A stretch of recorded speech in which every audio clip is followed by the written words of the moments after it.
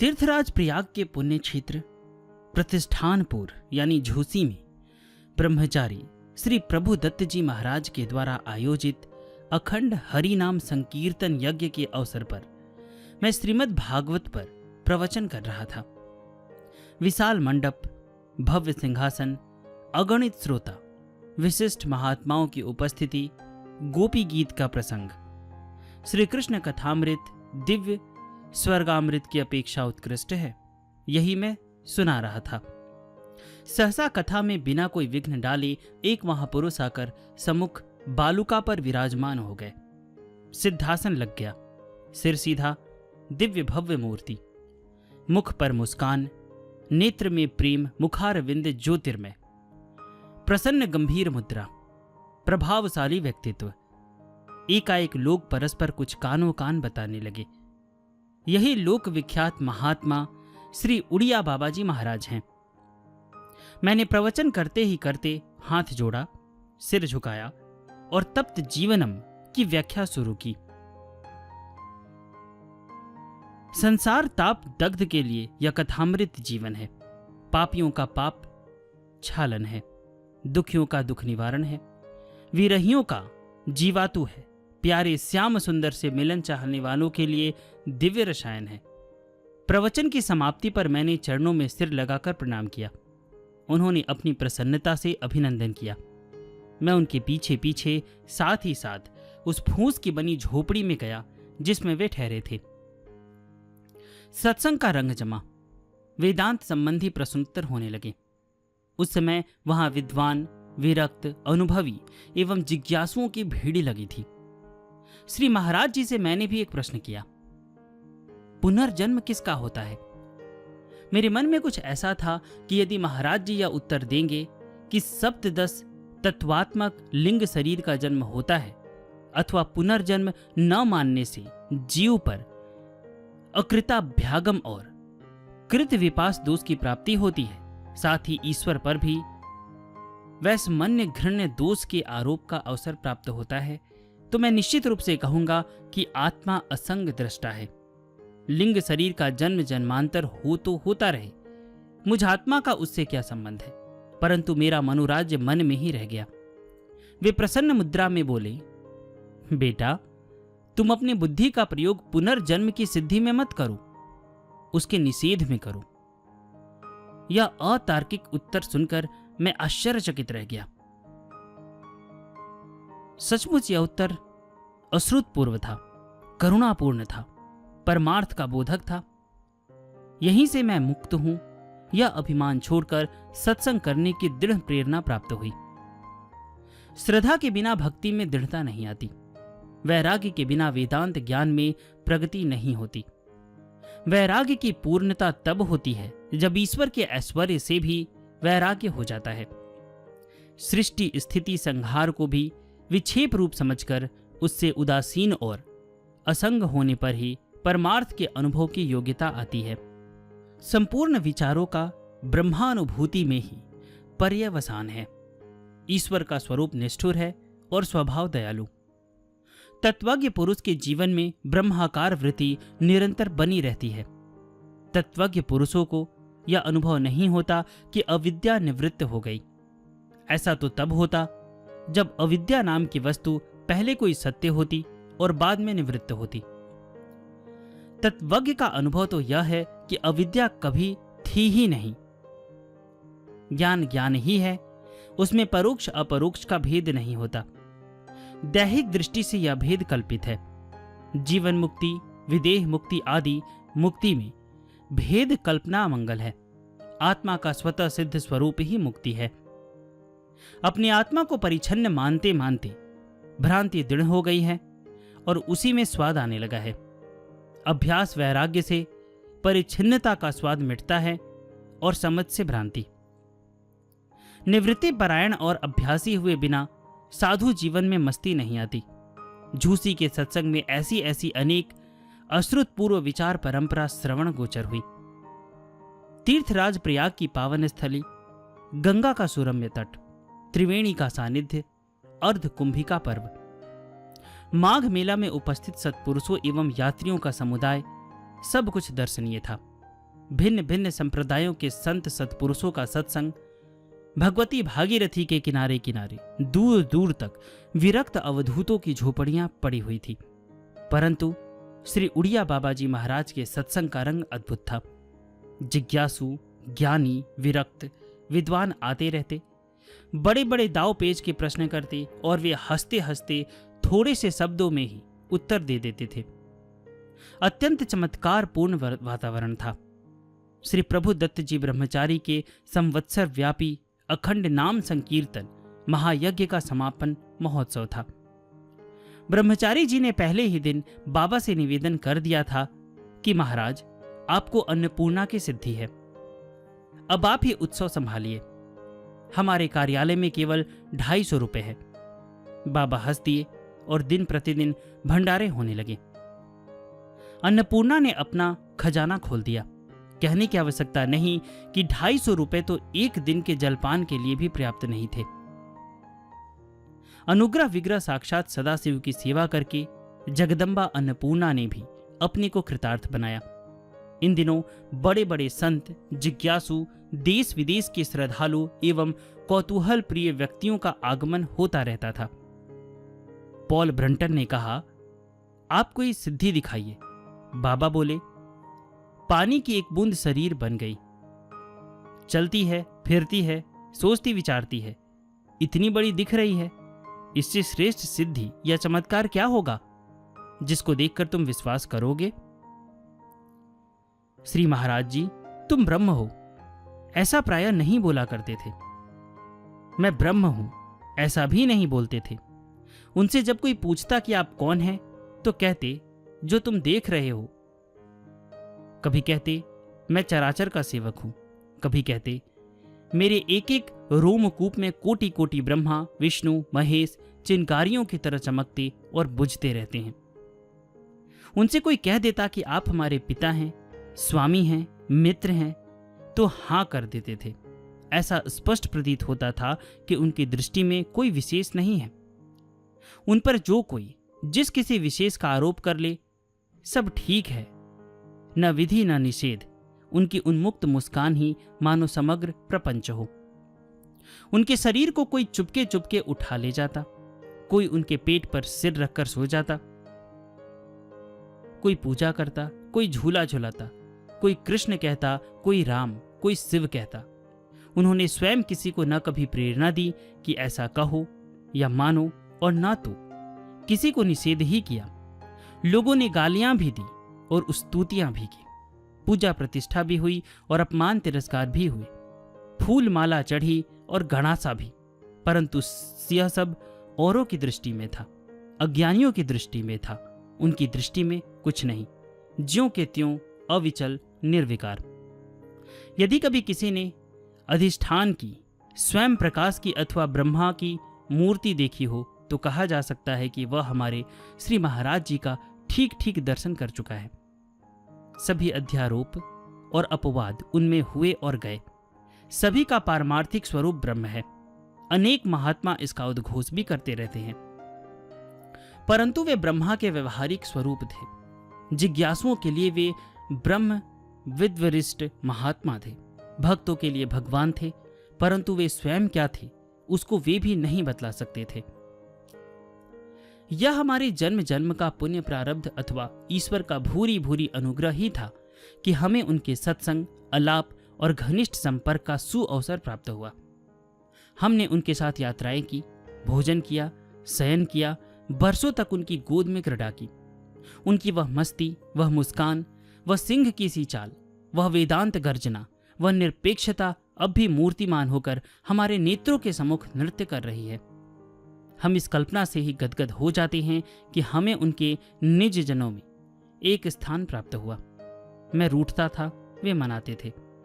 मैं खाने को मना कर देता था, वे खिलाते थे। हमने कभी अपने मन से उनको एक माला नहीं पहनाई, कभी एक फूल नहीं चढ़ाया, परंतु मैंने अनेक बार यह अनुभव किया कि मैं उनमें समा गया हूं और वे मुझ में समा गए हैं। वे अपने स्थान पर ज्यों के त्यों हैं। हमारा उनमें डूबना और उतराना शाश्वत है। यह होता आया है और होता रहेगा। हमारे इस अविच्छेद संबंध को माया, प्रकृति, अविद्या अथवा सर्वांतर्यामी ईश्वर भी विच्छिन्न नहीं कर सकता। यह अटूट है, शाश्वत है, परमार्थ है। हमारे महाराज जी का जन्मस्थल समुद्र की दुग्ध फेन सदृश उताल तरंगों से प्रक्षालित एवं चुंबित नीलाचल श्री जगन्नाथपुरी का पावन धाम है। जब पुरी के राजा थे श्री प्रताप रुद्र, तब उनके कुलगुरु थे श्री काशी मिश्र। वह समय था श्री चैतन्य महाप्रभु के अवतार का। काशी मिश्र की कई पीढ़ी बीत जाने के बाद उन्हीं के वंश में श्री उड़िया बाबा जी महाराज का जन्म हुआ। राजगुरु होने के कारण उस वंश का अत्यधिक समादर था। वे लोग प्राचीन परंपरा के कट्टर अनुयायी थे। घर में कर्मकांड की ही प्रधानता थी। अंग्रेजी पढ़े लिखे लोगों से बातचीत करने में भी संकोच था। पालकी पर बाहर निकलते, बैलगाड़ी पर नहीं चढ़ते, जूता नहीं पहनते, अन्य ब्राह्मणों के यहाँ भोजन नहीं करते, दूसरों के आसन पर नहीं बैठते। 50-60 गांवों को धार्मिक व्यवस्था देना इन्हीं लोगों के अधिकार में था। अभिप्राय यह कि श्री उड़िया बाबा जी महाराज का जन्म अत्यंत प्रतिष्ठित वंश में हुआ था। श्री चैतन्य महाप्रभु के समय में काशी मिश्र और बाद में उनके वंशज वैष्णव थे, परंतु श्री उड़िया बाबा जी महाराज का जन्म होने से कुछ पीढ़ी पूर्व उस वंश में काली की उपासना ने प्रवेश किया। ऐसा सुना गया है कि इनके प्रपितामह काली मंत्र का जप करने बैठे थे। प्रमादवश कृष्ण मंत्र का उच्चारण होने लगा। क्री के स्थान पर क्लीम। काली ने उनके मुंह पर चपत मारा और वह टेढ़ा हो गया। जन्म भर वैसा ही रहा। उन्हीं के पुत्र हुए श्री वासुदेव मिश्र। उनके 3 पुत्र थे और 3 पुत्रियां। सबसे छोटे पुत्र थे श्री वैद्यनाथ मिश्र। उन्हीं के पुत्र हुए श्री उड़िया बाबा जी महाराज। इनका जन्म के समय का नाम था श्री आर्तत्राण मिश्र। पालन पोषण ताई ने किया। स्वभाव में चंचलता नहीं, खेल कूद में रुचि नहीं, कोई पिटे भी तो चुपचाप सह ले। प्रतिकार की वृत्ति नहीं थी, नेत्र बंद रखने में सुखी होते।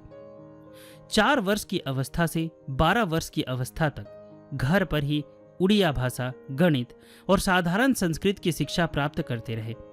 शरीर निर्बल था। संबंधियों की इच्छा अधिक पढ़ाने की नहीं थी, परंतु बालक आर्तत्राण के मन में विद्या के प्रति अभिरुचि थी। घर के लोगों से अनुमति लिए बिना चुपचाप वे घर से चल पड़े और बालेश्वर होकर मयूरभंज पहुंचे।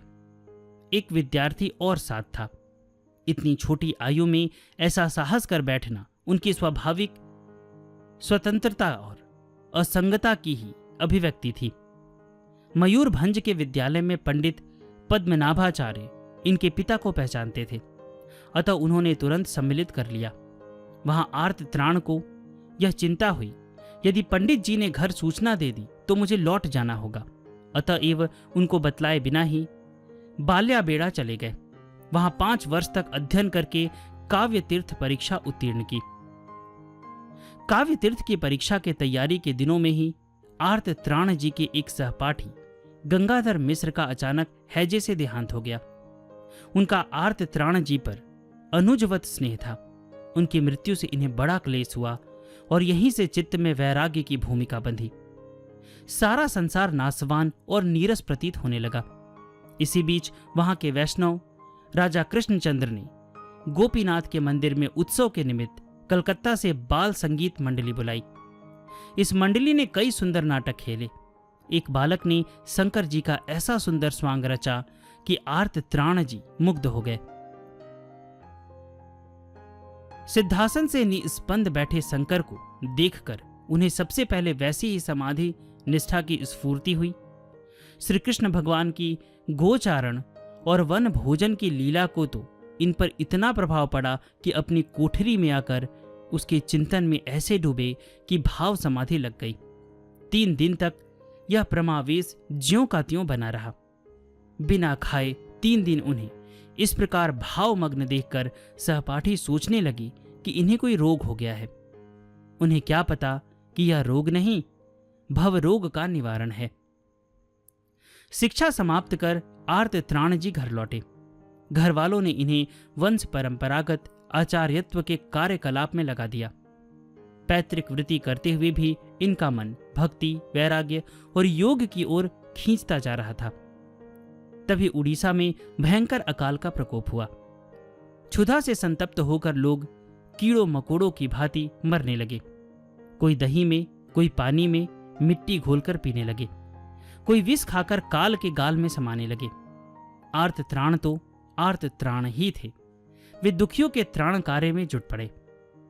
परंतु जब उन्होंने देखा कि मैं प्रयत्न करके भी कुछ ठोस सेवा नहीं कर पा रहा हूं, तो उनका चित्त अत्यंत व्यथित हो उठा। क्षुधा पीड़ितों की क्षुधा निवारण का क्या उपाय हो सकता है, यह सोचते सोचते उन्हें यह प्रेरणा हुई कि द्रौपदी की बटलोई जैसा अन्न देने वाला कोई अक्षय पात्र प्राप्त करूं, जिससे सबको निरंतर खिलाया जा सके। देवाराधना से ऐसा पात्र प्राप्त किया जा सकता है।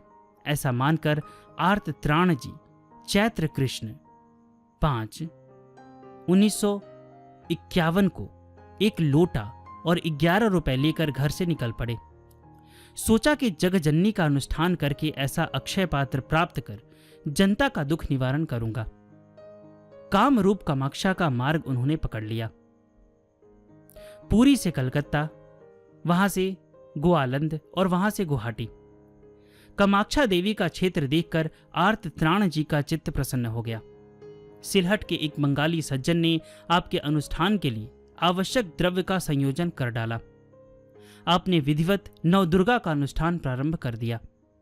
अनुष्ठान ठीक चलने लगा। स्वप्न में देवी दर्शन भी हुआ।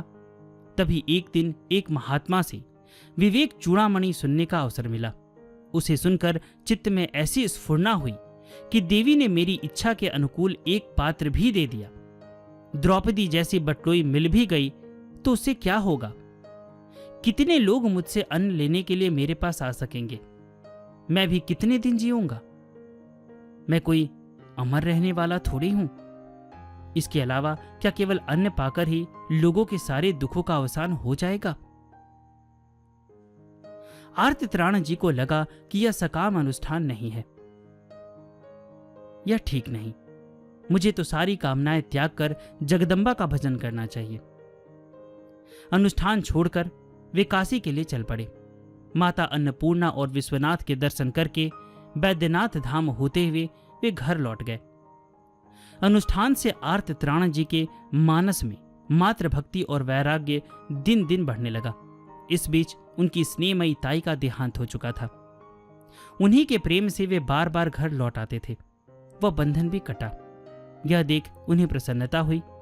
घर वाले उन्हें विवाह बंधन में जकड़ देने को उत्सुक थे, परंतु एक ज्योतिषी से यह जानकर कि 32 वर्ष से अधिक इनकी आयु नहीं है, वे विवाह के विचार से विरत हुए। यह इन्हें और भी अच्छा लगा। जगन्नाथपुरी आकर आर्त त्राण जी ने गोवर्धन पीठाधीश्वर जगत गुरु शंकराचार्य स्वामी श्री मधुसूदन तीर्थ से बहुत अनुनय करके नैष्टिक ब्रह्मचर्य की दीक्षा ले ली। आपका नया नाम रखा गया ब्रह्मचारी वासुदेव स्वरूप। पिता और ताऊ को दुख तो हुआ, पर क्या करते? जगत गुरु ने कहा कि मैं इसे दीक्षा ना देता तो भी यह अन्यत्र जाकर दीक्षा ले लेता। मेरे निकट रहने से आप लोगों को भी सुविधा रहेगी। ऐसा सोचकर मैंने इसे दीक्षा दे दी। अब ब्रह्मचारी वासुदेव स्वरूप को सिद्ध गुरु खोजने की धुन सवार हुई। काशी से रामेश्वर तक सारा भारत उन्होंने छान डाला। इस अभियान में नाना प्रकार के अनुभव प्राप्त हुए। किसी ने ऊर्ध्वरेता बनाने के लिए शोधित संखिया घी चीनी के साथ खाने की सलाह दी, तो किसी ने उसके लिए जड़ी बना देने की तैयारी की। तब आपने सोचा कि जड़ी बूटी खाने से चमत्कार दिखाकर लोक प्रतिष्ठा कमाने की वृत्ति पनपेगी। प्रतिष्ठा और गर्व माया मुंह में भटकाएगा, उससे क्या लाभ होने वाला है? गोआलंद में एक जगह युवतियों ने आपको घेरा। आपने उन्हें साष्टांग प्रणाम कर कहा, अरे माताओं, मुझे बाजार का मार्ग बता दो।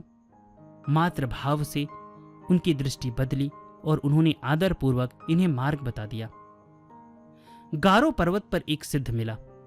उससे सिद्धि का मंत्र और उसकी जप विधि पूछी तो बोला, जो मेरी बेटी से विवाह करेगा उसे दहेज में यह विद्या दूंगा। तुम इसके लिए तैयार हो तो मंत्र बता सकता हूं। कामाक्षा मंदिर में जगदम्बा के दर्शन करके बड़पेटा पहुंचे। भगवान काली एकांत के दर्शन करके कुछ दिन वहां ठहरकर साधना में प्रवृत्त हुए। मणिपुर की राजमाता को पता लगा। वह आग्रह करके आपको अपने महल में लिवा ले गई। उसने अपने विरक्त राजकुमार से भेंट कराई। राजकाज संभालने की बात कहने पर वह बोला, महाराज जी, यह संसार अजगर है, मुंह फाड़े बैठा है। राग द्वेष के दांतों से वह हम सबको चबा जाता है। मैं ऐसे राग द्वेष पूर्ण व्यवहार में पड़ना नहीं चाहता। ब्रह्मचारी वासुदेव स्वरूप अभी 22 वर्ष के ही थे। बड़पेटा के शिव मंदिर के वृद्ध महंत अत्यंत रुग्ण थे। महंत जी के शिष्य रामेश्वर यात्रा पर गए थे। उन्हें अस्वस्थ और अकेला देख वासुदेव स्वरूप उनकी सेवा करने लगे थे। इनकी प्रेमपूर्ण सेवा से महंत जी संतुष्ट हुए और उन्होंने मंदिर के ट्रस्टियों को बुलाकर कहा कि ये ब्रह्मचारी मेरी गद्दी के उत्तराधिकारी होंगे, उन्हें ही मेरे बाद महंत बनाना। 10 दिन पश्चात महंत जी का शरीर शांत हो गया। उनकी आज्ञानुसार ब्रह्मचारी वासुदेव स्वरूप को महंत के पद पर अभिषिक्त कर दिया गया।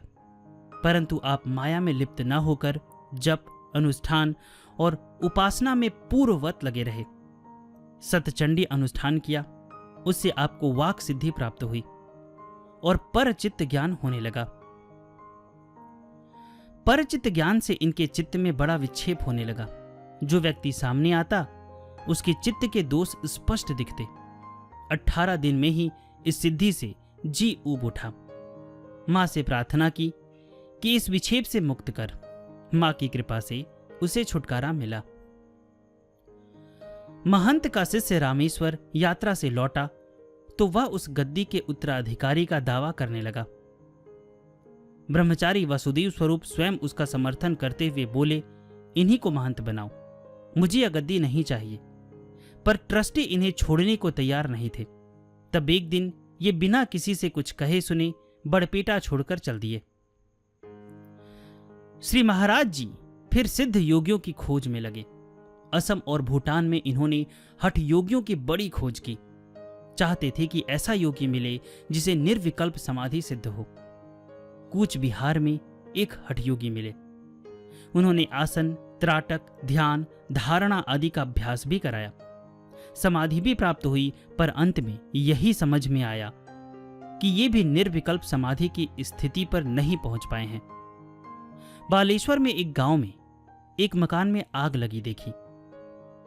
उस मकान के अन्य लोग तो बाहर आ गए थे, नववधू भीतर ही रह गई थी। उसके लिए सभी व्याकुल थे और चिल्ला रहे थे, पर किसी को भी साहस नहीं हो रहा था कि आग में भीतर घुसकर उसे निकाल लाए। आपने यह करुण स्थिति देखी तो धधकती आग की लपेटों में भीतर घुस गए और उस वधू को पकड़कर बाहर खींच लाए।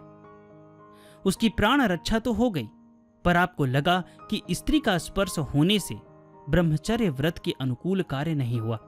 अतः आपने 3 दिन और 3 रात का उपवास कर उसका प्रायश्चित किया। स्त्री और पुरुष दोनों के ब्रह्मचर्य पे मैंने वीडियो बनाया है, उसका लिंक मैं डिस्क्रिप्शन में दे दूंगा। अगर आप लोगों ने उसे नहीं सुना है तो उसे अवश्य सुनिएगा। रामेश्वर धाम में 10 दिन ठहरकर आप सिद्धों की खोज करते रहे।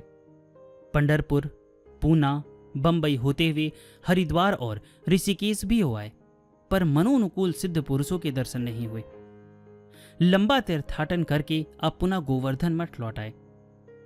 ज्योतिषियों ने आपको अल्पायु बताया था, अतः आपने सोचा कि पता नहीं कब यह शरीर छूट जाए, अतः संन्यास ले लेना अच्छा है। आचार्य चरण से प्रार्थना की तो उन्होंने उसे सहर्ष स्वीकार कर लिया। 32 वर्ष की आयु में सन 1964 में आपने संन्यास ग्रहण कर लिया। अब आपका योग पट्ट हुआ दंडी स्वामी श्री पूर्णानंद तीर्थ। पर आप प्रख्यात हुए श्री उड़िया बाबा जी और श्री महाराज जी के नाम से। आचार्य चरण चाहते थे कि आप ही आगे चलकर आचार्य पीठ को संभाले, पर मठ का वैभव आपको आकृष्ट नहीं कर सका। आप उसे छोड़कर चल दिए। चलते चलते दंड कमंडलों को भी आपने सागर को समर्पित कर दिया। सोचा कि जब सभी छोड़ा तो जन्म, कर्म और सन्यास की तुष्टि करने वाली इस धर्म ध्वजा को भी क्या रखना। पुरी से रानीगंज, रानीगंज से वैद्यनाथ धाम और वहीं से काशी के लिए श्री महाराज जी निकल पड़े। पैदल बहुत दूर है, अच्छा हो रेल से जाओ, ऐसी सलाह एक ब्रह्मचारी ने आपको दी। आप उसे मानकर स्टेशन की ओर चल पड़े। मार्ग में एक ब्रह्मचारी ने श्री महाराज जी को भांग मिली हुई ठंडई पिला दी। मादक पदार्थों का कभी सेवन नहीं किया था। परिणाम यह हुआ कि ट्रेन में आपको नींद लग गई। काशी पहुंचने के लिए ट्रेन बदलने का अवसर जब आया तब आप ट्रेन में बूत बने पड़े थे। पहुंचना था काशी, पहुंच गए छपरा। टिकट कलेक्टर काशी का टिकट देखकर आग बबूला हो गया। गर्म होकर बोला, तुम्हें यह भी पता नहीं कि यह गाड़ी छपरा जाती है कि काशी? बड़े आए साधु कहीं के। आपको टिकट चेकर द्वारा की गई भर्त्सना बुरी तरह खली। स्टेशन से निकलकर गंगा तट पर आए और वहां जल हाथ में लेकर संकल्प किया कि अब कभी किसी सवारी पर नहीं बैठूंगा। अब श्री महाराज जी की पदयात्रा आरंभ हो गई। आप छपरा से काशी के लिए चल पड़े। गंगा के किनारे किनारे चलते हुए गाजीपुर पहुंचे। किसी से कुछ मांगना नहीं, अयाचित वृत्ति। यदृच्छा से जो मिल जाए उसका स्वागत। ऐसे ही एक दिन एक फल मिल गया, खाने में बहुत कड़वा, कैसा कसैला। उसे खाना था कि आपको हैजा हो गया। कै और दस्त से आप पस्त हो गए। आपको मूर्छा आ गई। अर्थाभाव के कारण बिना संस्कार वाले मुर्दे जहां बह बह कर इकट्ठे हो गए थे, वहीं आप भी पड़े थे। शाम को कुछ लोग एक शव का संस्कार करने आए तो आपके मुंह से पीड़ा की आह सुनकर पास आ गए। देखा कि आपके शरीर में प्राण है। उन्होंने वस्त्रों को धोया, आपको नहलाया और एक तटवर्ती वट वृक्ष के नीचे लिटा दिया। दही लाकर आपको खिलाया, पर वह भी नहीं पचा, कै हो गई। सारी रात अर्ध मूर्छा की सी स्थिति बनी रही। प्रातः सूर्योदय के साथ साथ आपके शरीर में नवजीवन का संचार हुआ। पास में एक उदासीन बाबा का स्थान था। उनका दर्शन करने गए तो उन्होंने आपको दही खिचड़ी खिलाई। फिर एक परमहंस के आश्रम में पहुंचे। उन्होंने आपसे कहा कि यह आपके लिए नया देश है, नई भाषा। यहाँ के खान पान, रीति व्यवहार से भी आप अनभिज्ञ हैं। यहाँ अयाचित वृत्ति से आपको बड़ा कष्ट होगा, इसलिए मधुकरी वृत्ति से रहना अच्छा होगा। आपने यह सलाह मान ली। सोचा इसमें मान अपमान, सुवचन दुर्वचन, भूख प्यास आदि द्वंद्वों को सहन करने का अभ्यास होता है। तितिक्षा और तप की वृद्धि होती है और विश्वंभर का विधान अनुभव में आता है। सैदपुर से आगे आप नारायणी नदी के दाईं ओर चलने लगे। राजवाड़ी स्टेशन के निकट एक दक्षिणी स्वामी का स्थान था। उसके महंत रोगग्रस्त होकर सैया पर पड़े थे। आपने उन्हें असहाय देखकर उनकी सेवा आरंभ कर दी। महंत जी का स्वास्थ्य गिरता देखकर आश्रम की प्रबंध समिति ने श्री महाराज जी को ही महंत बनाना निश्चित कर लिया और उनकी स्वीकृति लेकर उन्हें विधिवत महंत पद पर अभिषिक्त कर दिया।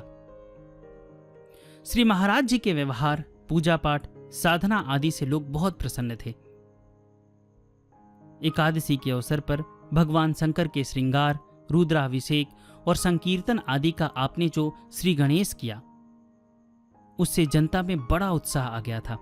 इधर दक्षिणी स्वामी की हालत धीरे धीरे सुधरने लगी।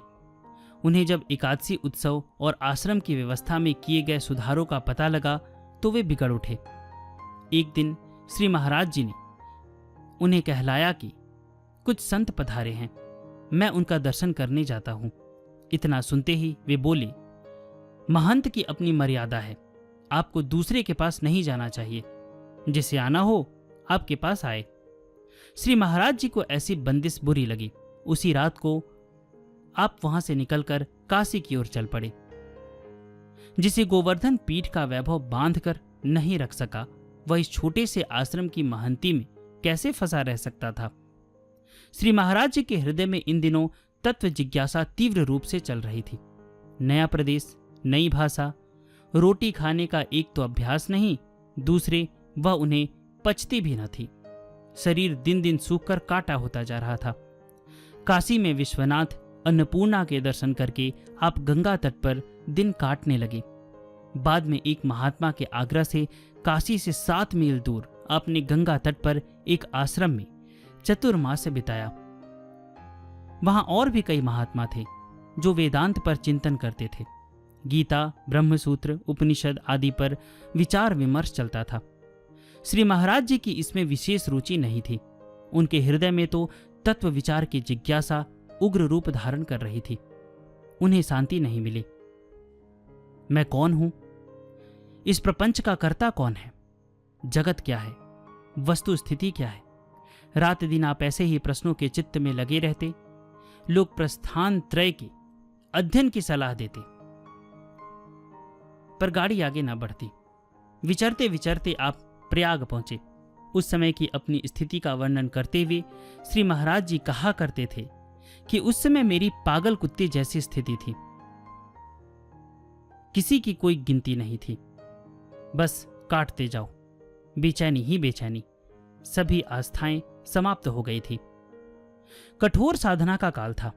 चरम विरक्ति, पैदल यात्रा, वृक्ष के नीचे पड़े रहते। मिल जाता तो खा लेते, नहीं तो निराहार। आंधी, तूफान, वर्षा के झटके। एक दिन बेचैनी बहुत बढ़ी।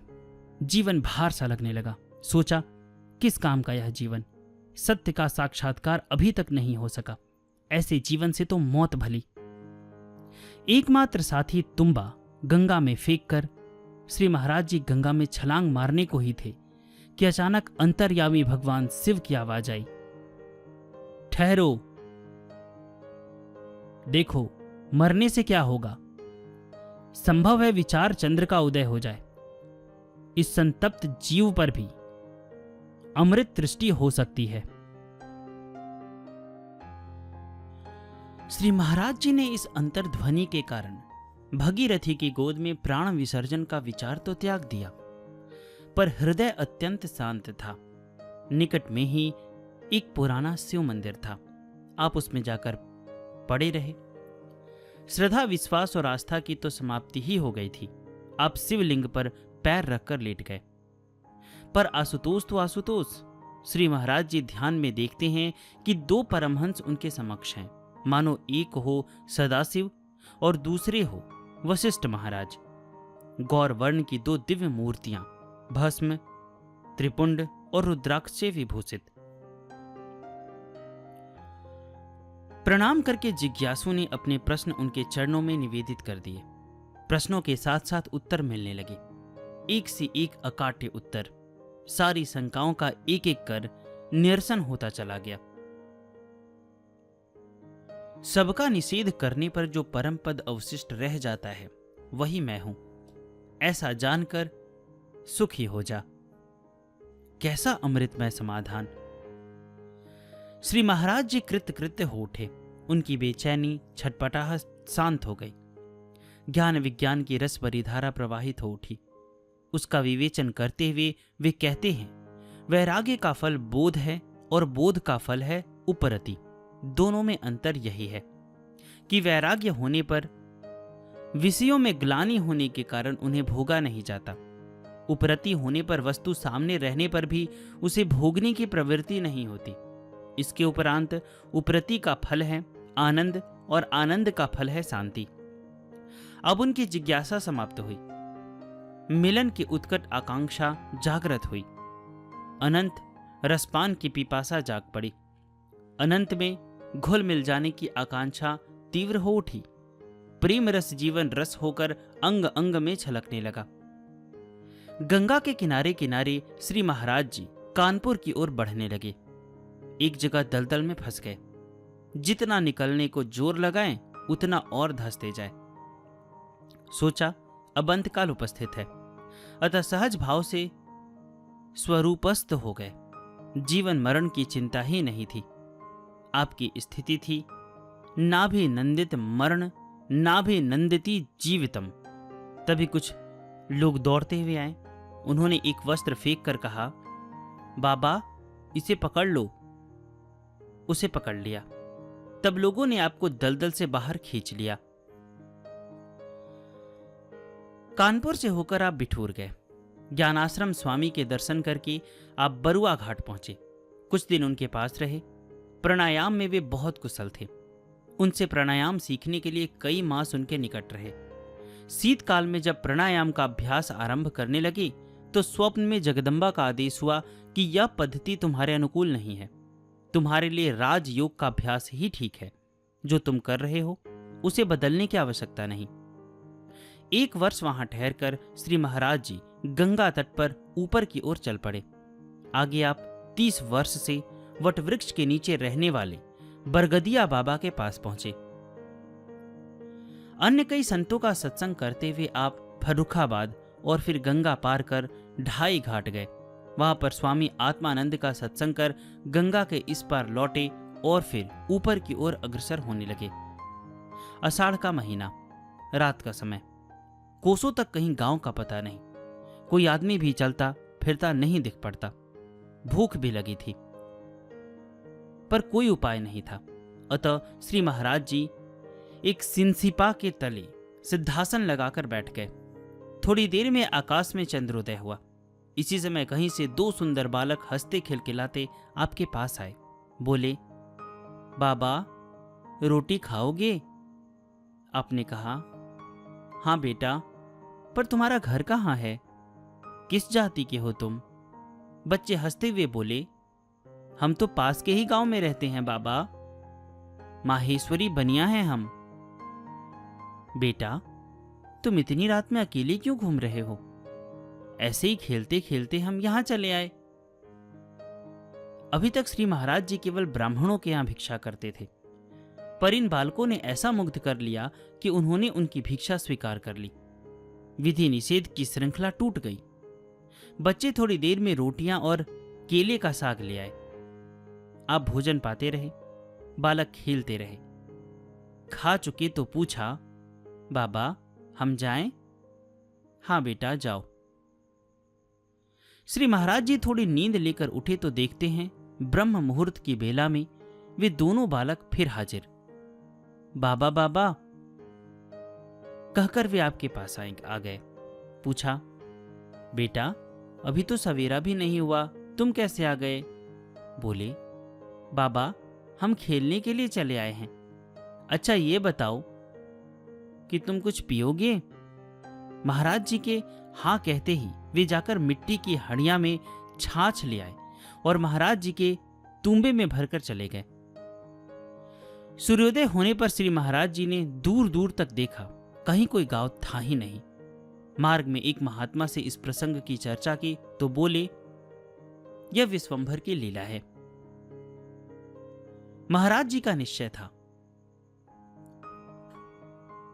खुदा खाना बदोसों की करे, खुद कार सामानी, नई मंजिल नया बिस्तर, नया दाना नया पानी। मस्ती में झूमते हुए महाराज जी आगे बढ़ने लगे। आप गुनगुनाते जाते थे, हरि आशिक का मग न्यारा है। इस गीत की कड़ियां आपके मुखारविंद से निकल निकल कर वातावरण में गूंज रही थी।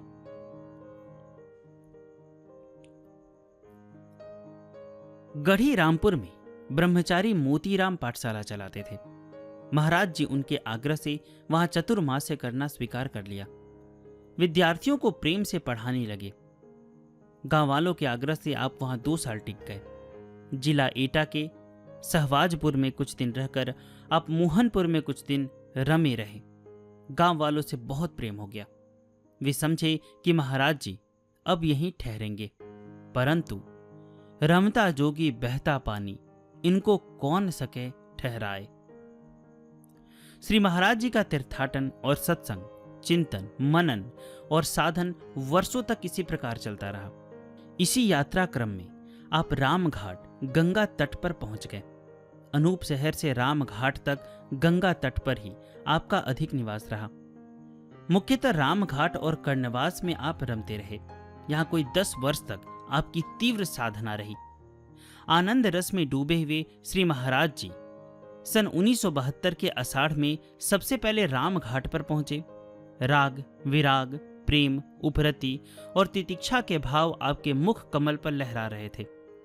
राम घाट की सुरम्य वनस्थली, गंगा तट का मनोहर दृश्य और वसुंधरा की अद्भुत दीप्ति देखकर आपका मन मुग्ध हो गया।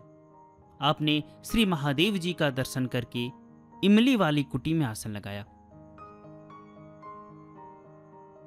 मोहनपुर तक आपने संप्रज्ञात असंप्रज्ञात समाधियों का स्पष्ट अनुभव प्राप्त कर लिया था।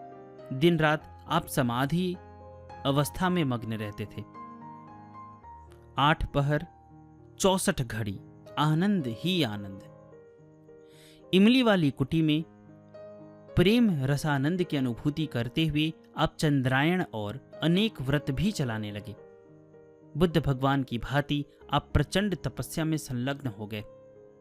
चिदानंद सिंधु में आप निमग्न रहने लगे और मस्ती में भरकर समय समय पर गाने लगे।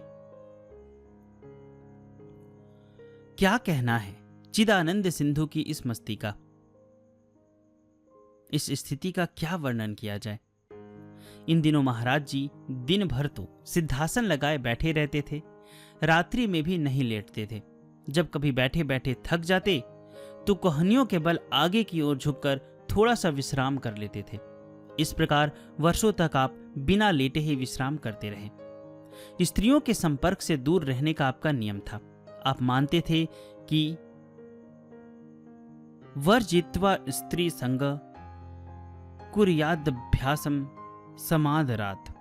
आपने कह रखा था कि यदि कोई स्त्री दृष्टि के समक्ष आएगी तो मैं इस स्थान को त्याग कर अन्यत्र चला जाऊंगा। आप समाधि में इतना लीन रहते कि क्षण भर की भी बहिर्मुखता खलती। एक कौर भी उठाकर मुख में रखना आपको भारी प्रतीत होता। पलक तक गिराने में आलस्य लगता। अन्नाहार तो छोड़ ही दिया था, व्रतों का भी अधिकतर अनुष्ठान चलता रहता था। इस प्रकार बहुत दिनों तक कठोर साधना चलती रही। जन कोलाहल से दूर रहकर आप एकांत में साधना करते रहे। इसके लिए कई बार आपको स्थान भी बदलना पड़ा। ब्रह्मनिष्ठ विरक्त संत और परमहंस के श्रुति लक्षण आप में प्रकट हो उठे। श्री महाराज जी की साधना की सुगंध धीरे धीरे चारों ओर फैलने लगी। उस सौरभ से आकृष्ट होकर लोग आपके पास पहुंचने लगे। नाना प्रकार के भक्तों का तांता लगने लगा।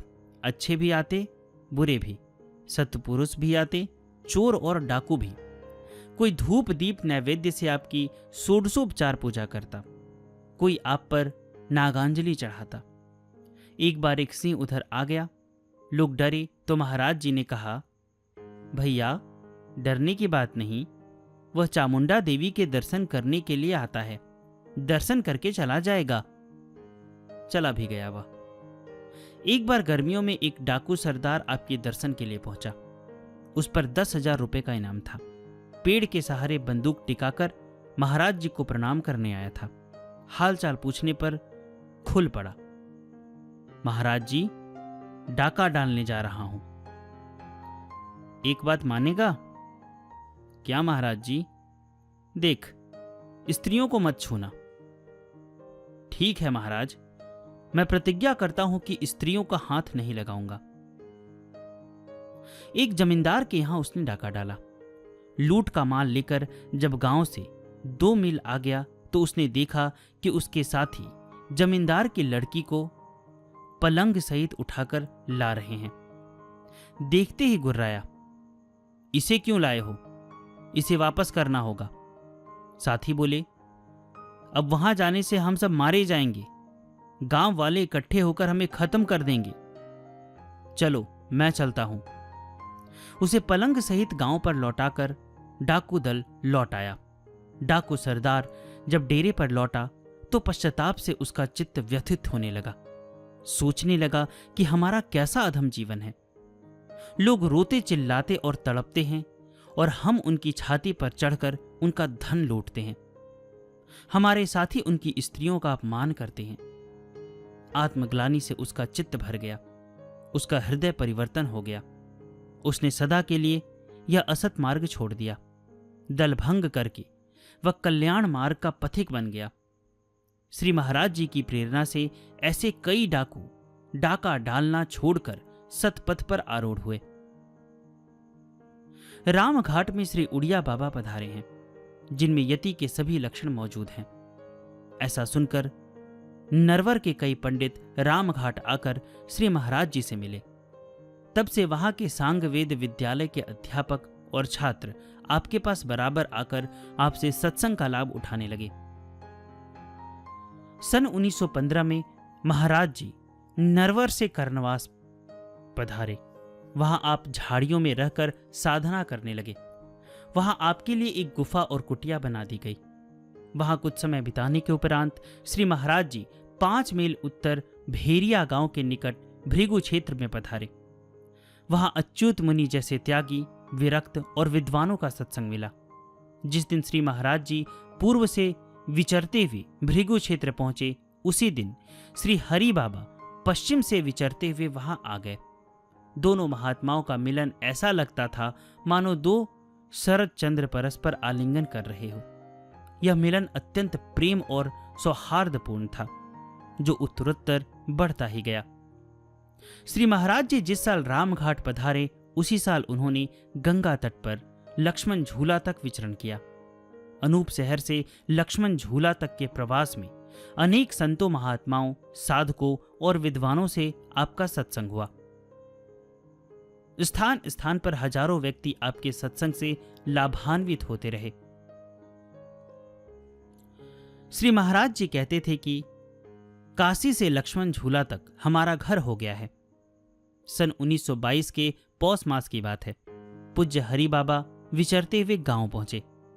गांव के आसपास गंगा जी का खदर है। बाढ़ आने पर यहां हर साल खूब पानी भर जाता है।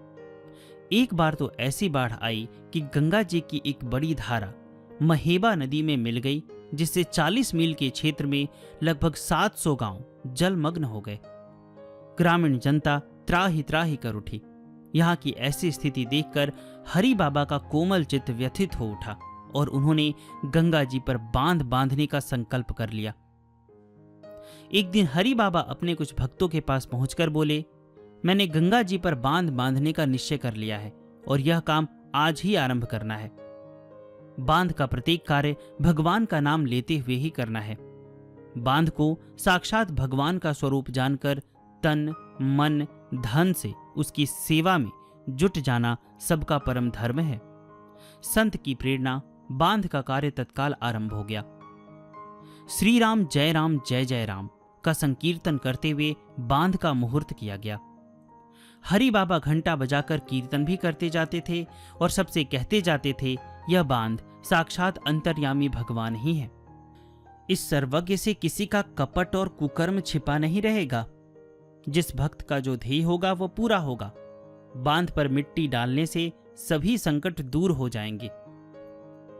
बांध का कार्य विद्युत गति से बढ़ने लगा, मानो राम जी का सेतु बंद हो। हरि बाबा श्री राम जय जय राम कहकर हिंदू गांवों में चंदा एकत्र करने लगे और तेरी जात पाक हूं कहकर मुसलमानी गांव में खुर्जा और उजियानी के सेठ स्वयं ही सारा खर्च देने को प्रस्तुत थे, परंतु बाबा ने उसे स्वीकार नहीं किया। वे चाहते थे कि जनता जनार्दन की गाढ़ी कमाई का पवित्र पैसा उसमें लगे और पवित्र श्रम की नींव पर यह पवित्र कार्य हो। संकल्प के अनुसार रामनवमी को हरि बाबा ने मिट्टी का काम पूरा कर लिया। हरि नाम की तुमुल ध्वनि से आकाश प्रकंपित हो उठा। भृगु क्षेत्र में श्री महाराज जी का पूज्य हरि बाबा से मिलन हुआ था। हरि बांध पर दोनों का पुनः मिलन हुआ। गंगा तट जीवित जागृत आनंद का रसोन्मत्त भक्त तट बन गया। दोनों में परस्पर अद्भुत प्रेम था। दोनों एक दूसरे का बहुत अधिक ध्यान रखते। कीर्तन की घंटी बजते ही श्री महाराज जी कहने लगते, चलो चलो, हरि बाबा कीर्तन में पहुंच गए। स्वयं भी उठकर चल देते। हरि बाबा कहते थे कि आरंभ में जब मैं बांध के आसपास के गांव में संकीर्तन कराने लगा तो गंगा तटवासी तमाम संत उसका विरोध करने लगे। अकेले उड़िया बाबा महाराज ही ऐसे थे जिन्होंने सच्चे हृदय से हरि नाम संकीर्तन का समर्थन किया। इतना ही नहीं, उन्होंने स्वयं जीवन भर उसका प्रचार भी किया। वे ना होते तो संकीर्तन का प्रचार कभी का बंद हो गया होता। श्री उड़िया बाबा ने मुझ पर जितना प्रेम किया उतना विश्व में और किसी ने नहीं किया। बांध पर प्रतिवर्ष शिवरात्रि के दिन श्री महाराज जी का पूजन होता था। हरि बाबा को प्रसन्न रखने की दृष्टि से वे अवश्य ही उस अवसर पर वहां पहुंच जाते थे। अन्य संतों से भी महाराज जी का प्रेम संबंध था। उनके आग्रह पर वे यदा कदा विभिन्न स्थानों पर जाते रहते थे। श्री वृंदावन तो श्री महाराज जी के लिए गोलोक धाम था। प्रायः कहते रहते थे कि वृंदावन चलो, वहां श्री बिहारी जी से एक कोना लेकर आश्रम बनाएंगे और वहीं रहेंगे। भगवान श्री कृष्ण की आनंद लीला स्थली के प्रति उनका यह आकर्षण उन्हें वहां खींच ले गया। वृंदावन में उनके श्री कृष्ण आश्रम की प्रतिष्ठा हुई। उसका शिलान्यास किया परम मस्त ग्वारिया बाबा ने। उसके प्रतिष्ठा महोत्सव से आश्रम में रस की अमृत वर्षा आरंभ हो गई। ब्रज माधुरी उल्लसित हो उठी। श्री कृष्ण आश्रम की स्थापना के उपरांत महाराज जी अधिकतर यहीं विराजने लगे। सवेरे 3 बजे से लेकर रात्रि के 11 बजे तक श्री कृष्ण आश्रम में सत्संगी की धारा बहने लगी। रास लीला की मर्यादा का निर्वाह इस आश्रम में जैसा होता है उसकी ख्याति आज भी है। निराकार और साकार दोनों प्रकार की उपासना पद्धतियों की वहां पूरी व्यवस्था रखी गई। श्री महाराज जी सभी कार्यक्रमों में स्वयं उपस्थित रहते। उनके अंतरंग भक्त भी इस रहस्य को नहीं समझ सके कि महाराज जी क्या थे। वे शैव थे कि शाक्त थे, रामोपासक थे कि कृष्णोपासक, वेदांती थे या क्या। ब्रह्म चर्चा चलने पर लगता कि श्री महाराज जी मानो मूर्तिमती ब्रह्मनिष्ठा है। संकीर्तन होता तो आप प्रेम समाधि में डूब जाते, रास में विराजते तो उसमें ही मगन हो जाते। कथा वार्ता चलती तो प्रधान श्रोता के रूप में उसका रसास्वादन करते। श्री महाराज जी में जिसकी जैसी निष्ठा रहती तदनुकूल उसे उपदेश करते थे।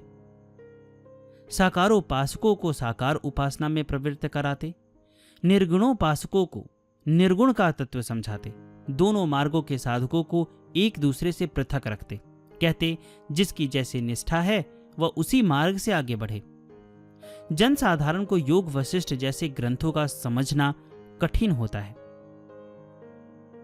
उनके लिए महाराज जी रामायण, गीता, भागवत, भक्तमाल जैसे ग्रंथों की कथा कहलवाते।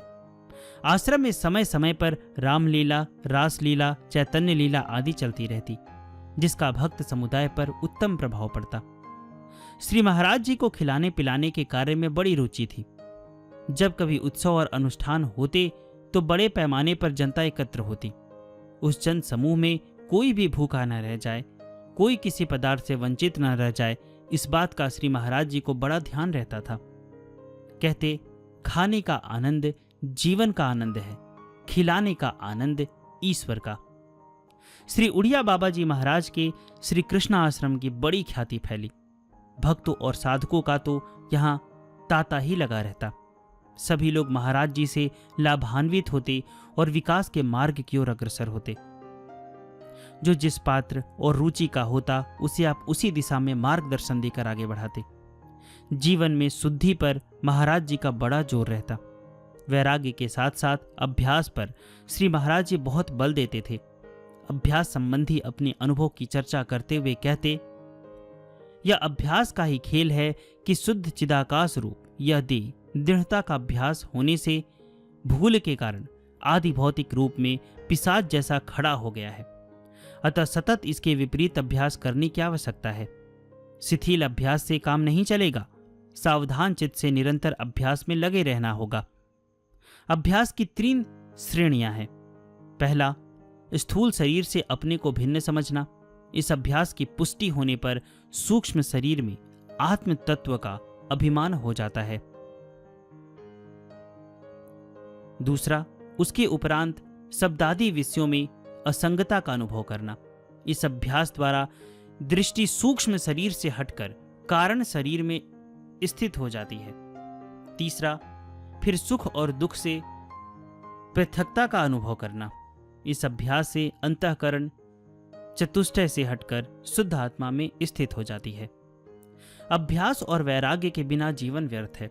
सत्संग करे और अभ्यास न करे तो क्या लाभ है? वह तो वैसा ही है जैसे कोई रामायण तो पढ़े किंतु राम भक्त न हो, अथवा श्रीमद् भागवत का पारायण तो करे किंतु कृष्ण भक्त न हो। निरंतर अभ्यास करते रहने और वासनाओं का पूर्णतया नाश कर देने पर ही अनुभव की प्राप्ति होती है। केवल शास्त्र पढ़ने से कुछ नहीं होता। वासना के रहते चित्त में शांति नहीं आ सकती। वासना रहित चित्त ही परम तत्व के चिंतन का अधिकारी होता है। निरंतर अभ्यास करते रहने से ही वासनाओं का निर्मूलन होता है और तत्व की उपलब्धि होती है। वासनाओं के उच्छेद के लिए विषयों से सर्वदा वैराग्य रखें और सर्वदा भगवदाकार वृत्ति रखें। संयम से 2-4 विषयों का राग छूट सकता है। संपूर्ण विषयों का राग तो भगवत स्वरूप से राग हुए बिना नहीं जा सकता। अभ्यास का ही प्रभाव है कि माँ बहन के समीप रहने पर भी उनमें काम भावना नहीं होती, क्योंकि माँ बहन का भाव दृढ़ होता है। महाराज जी जीवा के स्वाद को सारे अनर्थों की जड़ मानते थे। कहते थे कि मैं जब राजा कृष्णचंद्र की पाठशाला में पढ़ता था तो एक दिन वहां के विद्यार्थियों ने रसोइया को इसलिए पीटा कि उसने उन्हें खिचड़ी बनाकर नहीं दी थी। तब से मैंने यह बात गांठ बांध ली कि जीवा का स्वाद ही सारे अनर्थों की जड़ है। अतः मैंने रसेंद्रिय और जननेन्द्रिय पर विजय प्राप्त करने का निश्चय कर लिया, क्योंकि जो इन दोनों को जीत लेता है वही सर्वजीत है। सभी के लिए उपयोगी साधन क्रम की चर्चा करते हुए श्री महाराज जी दुर्वासना प्रतिकार दशकम के इस श्लोक को दोहराते थे। हे मन, सभी विषयों में दुख देखकर तू जीवा और उपस्थेंद्रिय संबंधी सुख की भ्रांति का त्याग कर दे। मधुर भाषण द्वारा कटु भाषण का त्याग कर दे। मौन के द्वारा व्यर्थ भाषण के श्रम से छुटकारा पाले। कुसंग का त्याग कर, सत्संग कर, साधु संग कर। अपमान पर दृष्टि रखकर गर्व का त्याग कर। इस बात का सदा स्मरण रखो कि बड़े बड़े देवताओं और मुनियों की भी निंदा होती रही है, इसलिए अपनी निंदा के दुख का त्याग कर दे। साधकों के लिए आसन की स्थिरता और चित्त की निसंकल्पता परम आवश्यक है, ऐसा श्री महाराज जी बार बार कहते थे। मन और प्राण का संबंध बताते हुए कहा करते थे कि शरीर में भारीपन होता है वायु और कफ के कारण। पित्त बढ़ जाने पर शरीर हल्का हो जाता है। पित्त की गर्मी ही बिजली है। आसन और प्राण के स्थिर हो जाने पर शरीर में बिजली उत्पन्न हो जाती है। यदि शरीर से कोई क्रिया की जाती है तो बिजली निकल जाती है। बिजली रोकने से शरीर निरोग हो जाता है। आसन स्थिर करने के लिए ऐसा संकल्प करना चाहिए कि पृथ्वी को धारण करने पर जिस प्रकार शेष भगवान बिल्कुल स्थिर रहते हैं, रति भर भी हिलते डुलते नहीं, उसी प्रकार मैं भी स्थिर रहूंगा। मैं शरीर और प्राण का साक्षी हूं, दृष्टा हूं। शरीर और प्राण भगवान की विभूतियां हैं। मैं तटस्थ होकर इनका दर्शन कर रहा हूं। शरीर और प्राण की गति के दृष्टा बनने का अभ्यास करना चाहिए। प्राण की गति देखने के लिए नाभि पर दृष्टि रखनी चाहिए। शरीर न हिलेगा तो प्राण की गति बढ़ जाएगी। यदि शरीर न हिले और प्राण की गति बढ़ जाए तो समझना चाहिए कि निद्रा तंद्रा आ रही है, अर्थात मन लय की दिशा में बढ़ रहा है। प्राण में मन का लय होने पर तमोगुण बढ़ता है। मन में प्राण का लय होने पर सत्व गुण बढ़ता है। तमोगुण बढ़ने पर प्राण की गति बढ़ जाती है। सतोगुण बढ़ने पर प्राण की गति स्थिर हो जाती है। जब मन प्राण के द्वारा कर्म करने लगता है तो रजोगुण बढ़ जाता है। उस समय प्राण की गति तो सामान्य रहती है, पर मन में संकल्प विकल्प उठने लगते हैं। इन संकल्पों को हटाकर मन को लक्ष्य पर स्थिर करने से वह शांत हो जाता है। आसन स्थिर कर लेना चाहिए। हर काम करते हुए बैठने का जब प्रसंग आए तो स्थिर आसन से ही बैठे। जब तक दुख ने न लगे तब तक आसन को न बदले। कुछ दिन के अभ्यास से आसन स्थिर हो जाएगा। प्राण के स्थिर होने से सब विकार स्वतः शांत होने लगते हैं। भूख प्यास की बाधा जाती रहती है, मल मूत्र कम हो जाते हैं, कफ शुद्ध हो जाता है, ब्रह्मचर्य का अपने आप पालन होने लगता है। प्राण स्थिर हो जाने पर मनुष्य बालक की भांति निर्विकार हो जाता है। दृष्टा बनने की पद्धति बताते हुए श्री महाराज जी कहते थे कि शरीर और प्राण भगवान की वस्तु है। यह मान लेना उचित है। हम शरीर और प्राण से पृथक हैं। इन्हें भगवान को ही अर्पण कर मैं साक्षी मात्र हूं, इस प्रकार का अनुभव करना चाहिए। जो दृश्य है, काला, पीला, हरा, लाल, जो कुछ दिखता है, उस सब से मैं अलग हूं। सभी प्रकार के रूपों से मैं अलग हूं। इस प्रकार की भावना करनी चाहिए। इतना कर लेने के उपरांत ऐसी भावना करना चाहिए कि सुख दुख, राग द्वेष, हर्ष शोक आदि मन की कल्पनाएं हैं, उनसे भी मैं सर्वथा अलग हूं। इसके लिए मन, शरीर और वाणी, इन तीनों के व्यापारों पर दृष्टि रखनी होगी। मन के व्यापार पर दृष्टि रखते हुए यह देखे कि मन किस प्रकार के संकल्प करता है। वे संकल्प कैसे हैं, पवित्र संकल्प हैं कि अपवित्र। इस प्रकार शरीर को स्थिर रखने का प्रयत्न करें। वाणी को भी संयम में रखें। मन, शरीर और वाणी का परस्पर घनिष्ठ संबंध है। तीनों में से एक के भी चंचल होने पर अन्य दोनों भी चंचल हो जाते हैं। अतः तीनों को स्थिर करने का प्रयत्न करें। किसी भी प्रकार की व्यर्थ चेष्टा न करें। शरीर को बिना कारण हिलाना डुलाना, तिनका तोड़ना या ऐसी ही अन्य व्यर्थ क्रियाएं छोड़ दें। वाणी से व्यर्थ न बोलें, मन से असत चिंतन न करें। ऐसे व्यर्थ व्यापार छोड़ देने से मन स्थिर हो जाता है।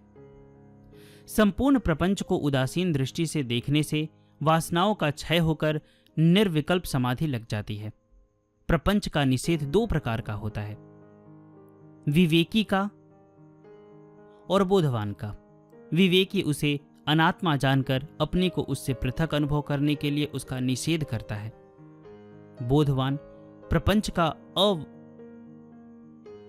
अवस्तुत्व देखता है, इसलिए निषेध करता है। विवेकी के निषेध में प्रपंच की पृथक सत्ता रहती है, बोधवान उसकी असत्ता देखता है। चंचल मन को वश में करने का सरल साधन पूछने पर श्री महाराज जी कहते थे कि जैसे उड़ी जहाज को पंछी पुनी जहाज पे आवे, मन को यदि कोई अवलंबन न मिले तो वह शांत हो जाएगा। मन के दो ही मार्ग हैं, एक है विषय चिंतन का, दूसरा है ब्रह्म चिंतन का। वह यदि ब्रह्म चिंतन में लगा रहे तब तो ठीक है, नहीं तो वह विषय चिंतन करने लगेगा। अतः उसे विषय चिंतन से पुनः पुनः हटाकर ब्रह्म चिंतन में लगाते रहना चाहिए। श्रुति कहती है कि ब्रह्म के अतिरिक्त यहाँ और कुछ है ही नहीं। बार बार इसी का चिंतन करने से विषय चिंतन के लिए कहाँ गुंजाइश रहेगी। विषयों से वैराग्य के लिए जन्म मृत्यु जरा व्याधि दुख दोषानुदर्शनम की बात कही गई है। जन्म मृत्यु जरा और व्याधि के दुख और दोषों का सतत चिंतन करने से सच्चा वैराग्य होता है। फिर तो पग पग पर ऐसे श्रुति वाक्य की अनुभूति होने लगती है। शुद्धि के संबंध में प्रश्न करने पर श्री महाराज जी कहते थे कि असत्य, हिंसा और व्यभिचार के त्यागने से शरीर शुद्ध होता है। भगवान नाम जप से वाणी शुद्ध होती है। दान करने से धन शुद्ध होता है और धारणा तथा ध्यान से अंतःकरण शुद्ध होता है। आपका कहना था कि वाणी में 4 दोष हैं। पहला, आज्ञा देने के स्वर में बोलना। दूसरा, चिल्लाकर बोलना। तीसरा, अश्लील शब्द बोलना। और चौथा, कटु बोलना। उसमें 5 गुण भी हैं, हितकर बोलना, थोड़ा बोलना, शांत रहना, मीठा मधुर बोलना और प्रिय बोलना। वाणी के दोषों को दूर कर गुणों का विकास करने से वाणी शुद्ध होती है।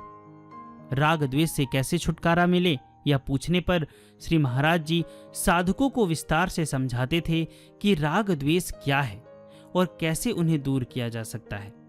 आप कहते थे कि मनुष्य जिस समय नीति को भूल जाए और सदाचार के नियमों का कोई ध्यान न रखे, उस समय ऐसा मानना चाहिए कि वह राग द्वेष के अधीन हुआ है।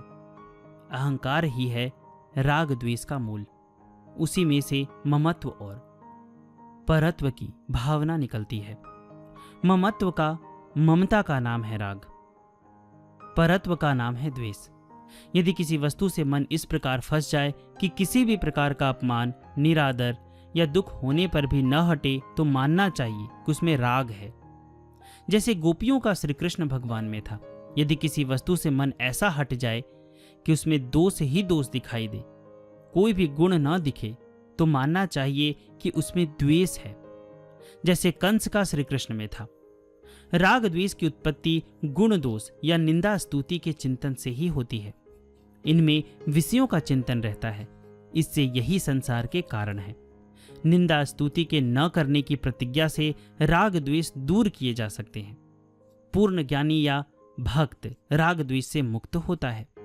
उसका ध्यान करने से भी राग द्वेष छूट सकते हैं। राग द्वेष छूट जाने से चित्त हल्का हो जाता है और उसमें सत्व गुण की प्रधानता हो जाती है। राग द्वेष वाला व्यक्ति उन्नति की सुनहरी पगडंडी पर नहीं बढ़ सकता। निर्विकल्प तत्व का साक्षात्कार उन्हीं मुनियों को होता है जो राग, भय और क्रोध से मुक्त हो गए हैं। महाराज जी का कहना था कि राग द्वेष न तो भक्तों को हो सकते हैं और न ज्ञानी को। कारण भक्तों को प्रत्येक विधान में भगवान का आदेश दिख पड़ता है और ज्ञानी प्रारब्ध भोग मानता है। इसलिए दोनों में ही न राग रहता है न द्वेष। यूं राग द्वेष का मूल कारण है अविवेक। विवेक होने पर मन निसत्व को हो जाता है।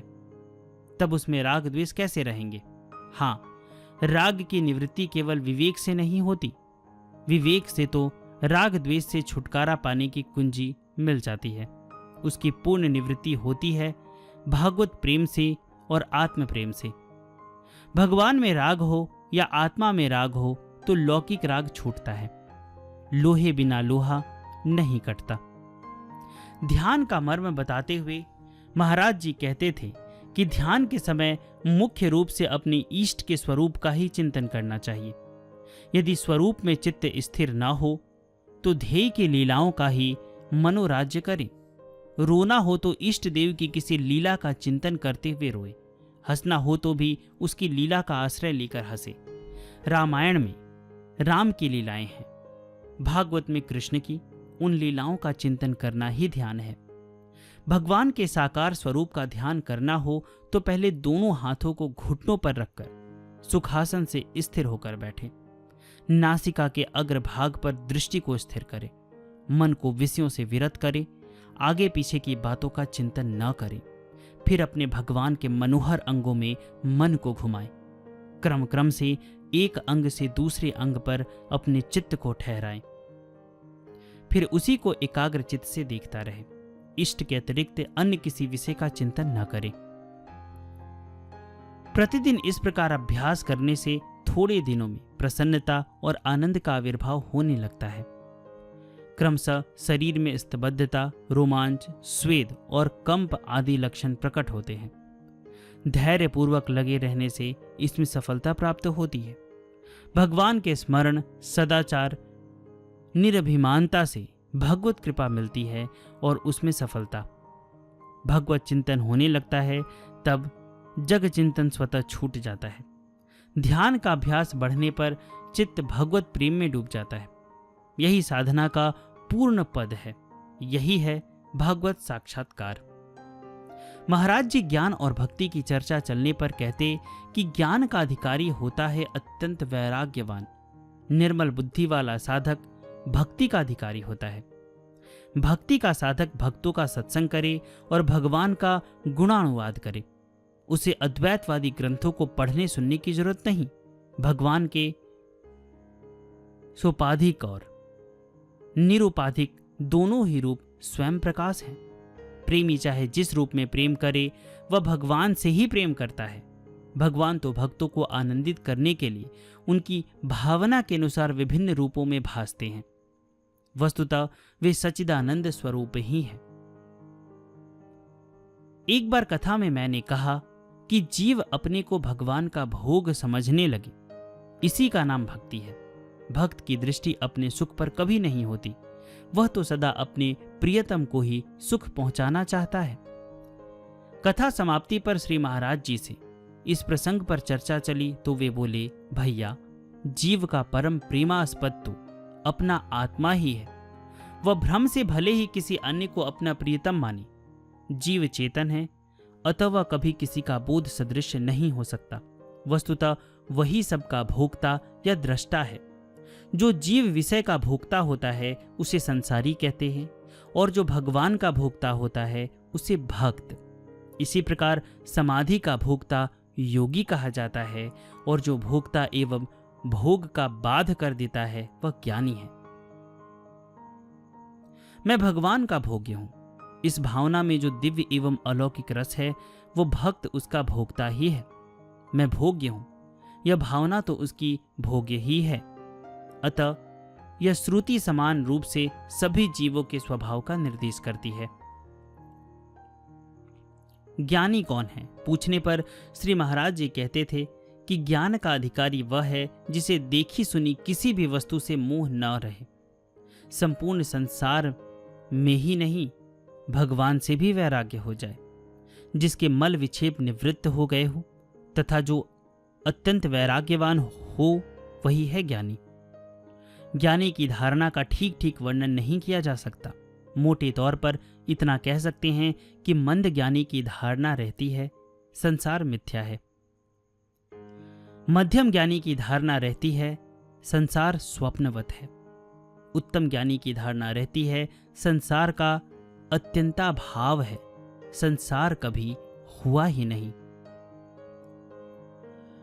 महाराज जी कहते थे कि ज्ञान दो प्रकार का होता है, वह जो सुन सुनाकर होता है, दूसरा अनुभव द्वारा। पहला ज्ञान बोध नहीं कहा जा सकता। अनुभव गम्य ज्ञान के लिए दो बातें चाहिए, विवेक की स्फूर्ता और चित्त शुद्धि।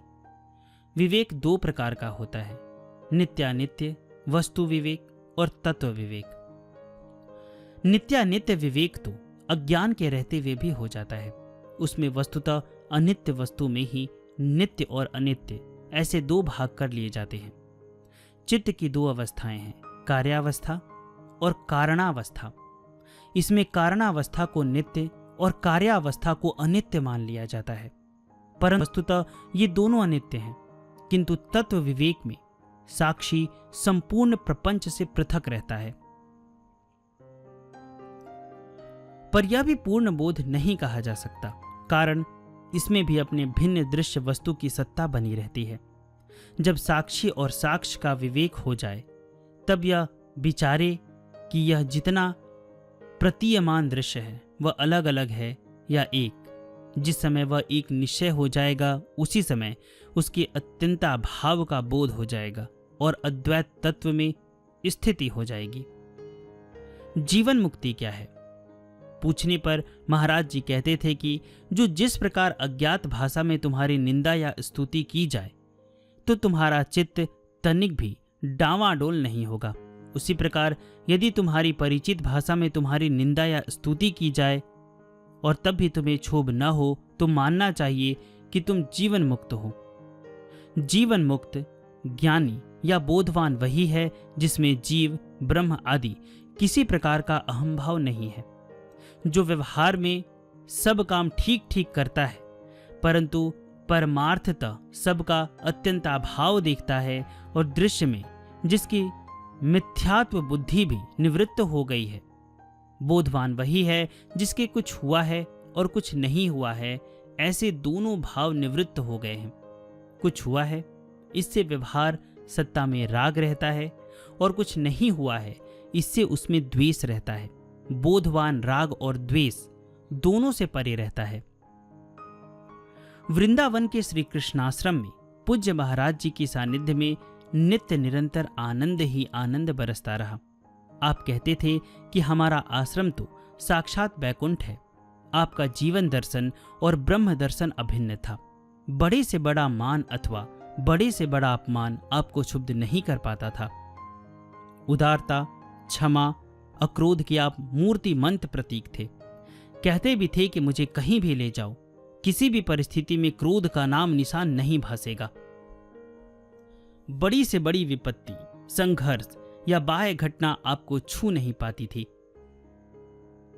एक बार स्वर्गीय पंडित सुंदरलाल ने अत्यंत कातर होकर कहा, बाबा सब बिगड़ रहे हैं, कुछ ख्याल करो। महाराज जी बोले, पंडित जी, क्या मैं अपना स्वभाव बिगाड़ूं? इन मूर्खों को डंडा लेकर मारूं? मैं एमए क्लास का मास्टर हूं, इशारे से बताता हूं, करो तो करो, नहीं तो मरो। थाल परोसकर रखा है, उसे खाना और पचाना इनका काम है। पंडित जी कहते थे, यह बाबा नहीं, मां है। भक्तों और श्रद्धालुओं की विवेक रहित श्रद्धा और दुराग्रह के चलते श्री महाराज जी को एक एक दिन में कई बार मुंह जूठा करना पड़ता था। लाख रोकने पर लोग न मानते। इनका कुपरिणाम शरीर पर पड़ता ही था। आप बहुमूत्र रोग से पीड़ित हो गए, शरीर सूज गया, दिन दिन अवस्था गंभीर होने लगी। पूज्य माता आनंदमयी ने कहा, पिताजी, आप संकल्प करें तो आप ठीक हो जाएंगे, परंतु आप क्यों संकल्प करते? उन दिनों आप प्रायः गुनगुनाते थे, गोवर्धन को जाऊं वीर, ना माने मेरो मनुआ। होशियारपुर में आपको रखकर स्वास्थ्य सुधार का कार्यक्रम बनाया गया। पंजाब की यात्रा भी की गई, पर सरहिंद से ही वृंदावन लौट आने का निश्चय किया गया। शरीर की स्थिति दिन ब दिन बिगड़ती ही चल रही थी। चैत्र कृष्ण चतुर्दशी, श्री माता जी काशी के लिए और हरि बाबा झूसी के लिए विदा हुए तो महाराज जी उन्हें कार तक पहुंचाने के लिए पधारे। प्रातःकालीन प्रवचन में गीता श्लोक की व्याख्या की। मध्याह्नोत्तर सत्संग में भगवती कथा पढ़ी जा रही थी और श्री महाराज जी समाधि से बैठे श्रवण कर रहे थे। लगभग 25 श्रोता सामने बैठे थे। तभी अचानक पीछे की ओर से एक अर्ध विक्षिप्त सा ठाकुरदास नामक व्यक्ति आया और उसने बड़ी तेजी से एक गणासे से श्री महाराज जी के सिर पर 3 बार वार कर दिया। 4 इंच गहरा घाव। पहली चोट लगने पर महाराज जी का हाथ सिर पर गया और उसकी एक उंगली कट गई। न चीख पुकार, न छटपटाहट। लोग दौड़े डॉक्टरी की तलाश में। महाराज जी को तनिक होश आया तो पूछा, क्या हो रहा है? मानो उनके शरीर पर नहीं, कहीं अन्यत्र आघात लगा हो। प्रणव का उच्चारण करके उन्होंने नेत्र बंद कर लिए, जो पुनः खुलने को नहीं थे। संतों ने शरीर को यमुना जी में जल समाधि दे दी। जैसा पवित्र जीवन, वैसा ही पवित्र निर्वाण। –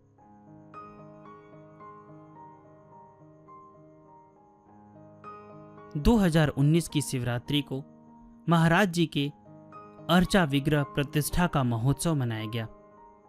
अनेक दर्शक कहते हैं कि यह मूर्ति क्या है, साक्षात उड़िया बाबा महाराज जी ही हैं। यह मानो अपनी मधुर मुस्कान बिखेरती हुई सबको अभय दे रहे हैं। ऐसे पुण्य श्लोक श्री महाराज जी के चरणों में हमारे कोटि कोटि प्रणाम।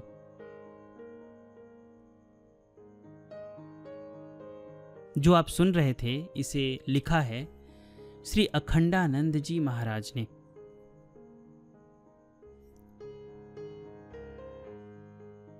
अगर आप लोग चाहते हैं कि मैं श्री उड़िया बाबा जी महाराज की पूरी जीवनी बनाऊं, अगर आप डिटेल में पूरी जीवनी सुनना चाहते हैं, तो आप कमेंट करके अवश्य बताएं। और डिस्क्रिप्शन में हमारा ब्लॉग भी दिया गया है, जहां पे मैं अभी काठिया बाबा के बारे में कुछ बता रहा हूँ। वहाँ पे मैं आपको पूरी डिटेल में संतों के बारे में बताऊँगा। वहाँ पे मैं आपको कुछ एक्स्ट्रा लिंक भी दूंगा, क्योंकि बहुत ऐसी चीज़ें होती हैं जो वीडियो में आप समझ नहीं पाते हैं, लेकिन ब्लॉग से आप अच्छी तरीके से समझ सकते हैं। तो मैं बहुत कुछ वहाँ देने वाला हूँ। आप लोगों से एक विनम्र निवेदन है कि आप मुझे सपोर्ट करें। अगर आप मुझे सपोर्ट करेंगे तो मैं अच्छे से उसको वेबसाइट फॉर्म में बना के बहुत सारे कंटेंट आप लोगों के लिए लेकर आऊँगा। अभी आप वहाँ जाके उसको फॉलो कर सकते हैं, वहाँ पे पढ़ सकते हैं। मैंने कुछ कंटेंट वहाँ पे डाले हैं। और बहुत जल्द में अगर आप लोग सुनना चाहेंगे तो मैं श्री उड़िया बाबा जी की पूरी जीवनी लेकर आऊँगा। बहुत बहुत धन्यवाद।